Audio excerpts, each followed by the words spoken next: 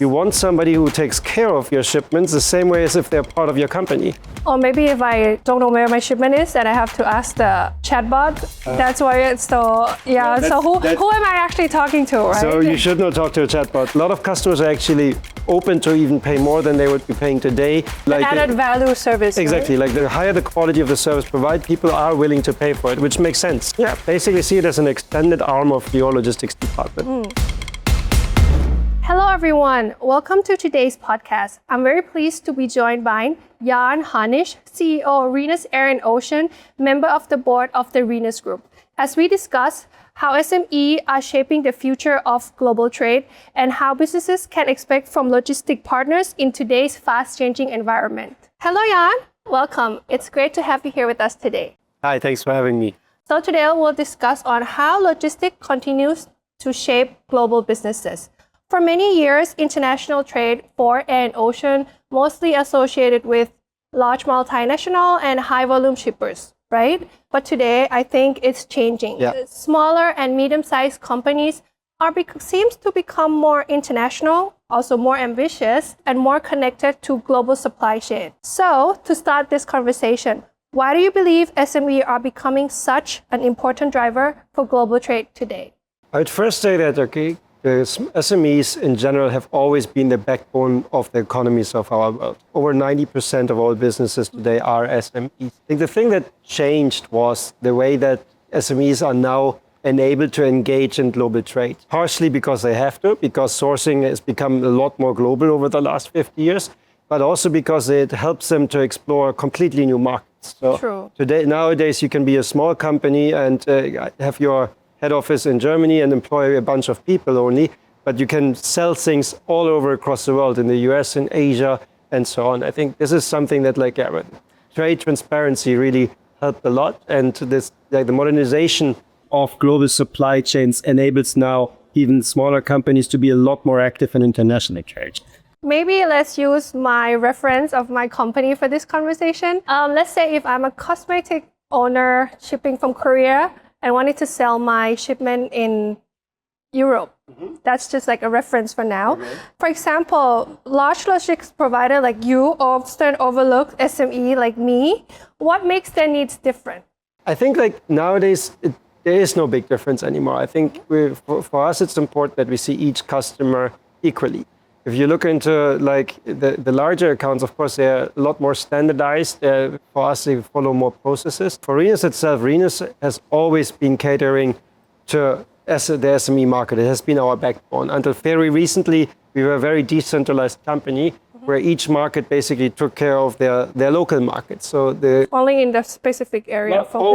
Always linked to overseas trade, because in the end, we are a network company, but especially the customer contact, the sales approach, and the knowledge of the local market was always local. So I think that if you look into what would a company like you mean to us, I think for us it would be that we want partnerships in the end. We don't want to be providers. We don't want to be exchanged every second week because you send an email out to 50 companies and you go for the cheapest price.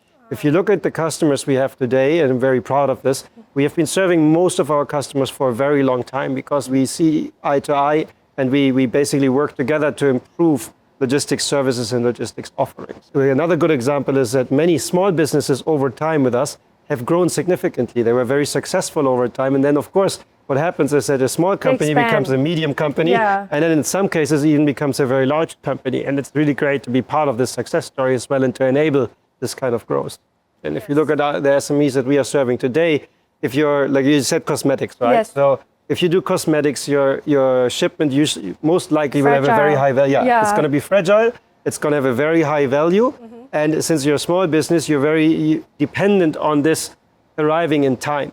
And to basically to be in one piece, and to know where it is. So because you're going to have customers you want to serve. So I think in the end, the price you pay is basically the opportunity cost. In the end, the cost of a lost shipment or a damaged shipment and the loss of the customers and so on is in no relation to paying $30, $40 more than for another shipment. True.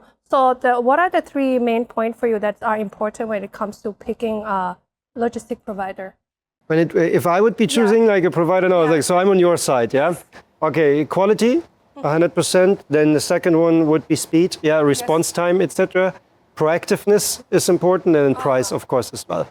Because you want to know, like proactiveness could be included in quality, but if there's something wrong with your shipment, you want to know about it. Yeah, and you don't want to find out a week later or 2 weeks later that something went wrong. Of course, if you look into the speed of the service, if you ask me something and I don't reply to you for 2 weeks, you might look for another provider. So being available, I think, is a very big important part in SMEs. Or maybe if I don't know where my shipment is and I have to ask the chatbot, that's why it's so, so who am I actually talking to, right? So you should not talk to a chatbot. So for us, I think that is another important part. We want to have single points of contact locally. So if you have to do business, let's say you're in Thailand, I think your example was Korea, but if you would do it in Thailand now, we want your local partner to be somebody in Thailand who is Thai, who understands the local market, and if there's something wrong, that you can speak to directly, and then you have somebody to help you no matter where your shipment is.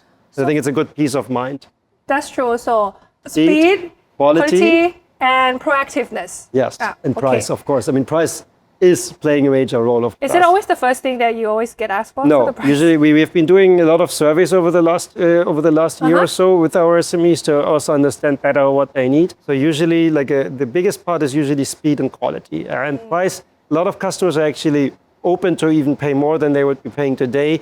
Given the service, exactly, the added value service. Exactly, right? like the higher the quality of the service provided, people are willing to pay for it, which makes sense. If you look at a container it has a value of close to 500,000 euro, to save $50 or €50 on it, but then get an inferior service makes no sense. You risk way too much for way too little. And how does Rhenus deliver on that? What makes Rhenus Air Ocean different then? I think I touched a few of these points already. So I think one big part is that we see this kind of concept of a local hero, global player. Yes. So as I just explained in your example, we want to be local and we want people to deal with Rhenus as if it is just a normal local small forwarding company. Same level of service, direct contacts, speed, and build up a relationship over time with Rhenus locally. But then I think the thing where we shine compared to other local companies would be that, of course, we are able to offer a global network and a global suite of products. So if you have something here, you will have somebody who helps you coordinate around the world, and we can guarantee the same level of quality consistently, which is very difficult, I would say, for a lot of other smaller forwarding. So that's what you meant by single point of contact. Yeah, exactly. So coming up to our last question, which I wish we had more time to talk more because this is very interesting. So if SME take away one message from this conversation, what would it be? I would say that their expectation towards quality should be as high as possible towards their provider. They should not hide behind that arguments that larger customers deserve a better service offering or a better level of quality. They should expect that the same level of quality is provided, if not even more, then because they're less standardized and it has to be more direct service. I would say this is the main message. They should insist on quality because it's your service provider. You want somebody who takes care of your shipments the same way as if they're part of your company. You don't want it to be somebody where it's just a number, and in the end you have to run after this provider the whole time. So I think the expectation of quality is something that every customer should frequently bring up with their service providers. So by quality, what I get from your point is quality with human touch, quality with the services, and also quality with all the value-added service that Rhenus will provide. Yeah, basically see it as an extended arm of your logistics department. Okay. Jan, thank you again for taking the time to join us today and share your perspective. Thank you very much. Looking forward for our next episode for another interesting topic. Thank you very much. Thank you everyone for listening. We hope you get a few new insights on where global logistics and SME are heading next. See you in the next episode.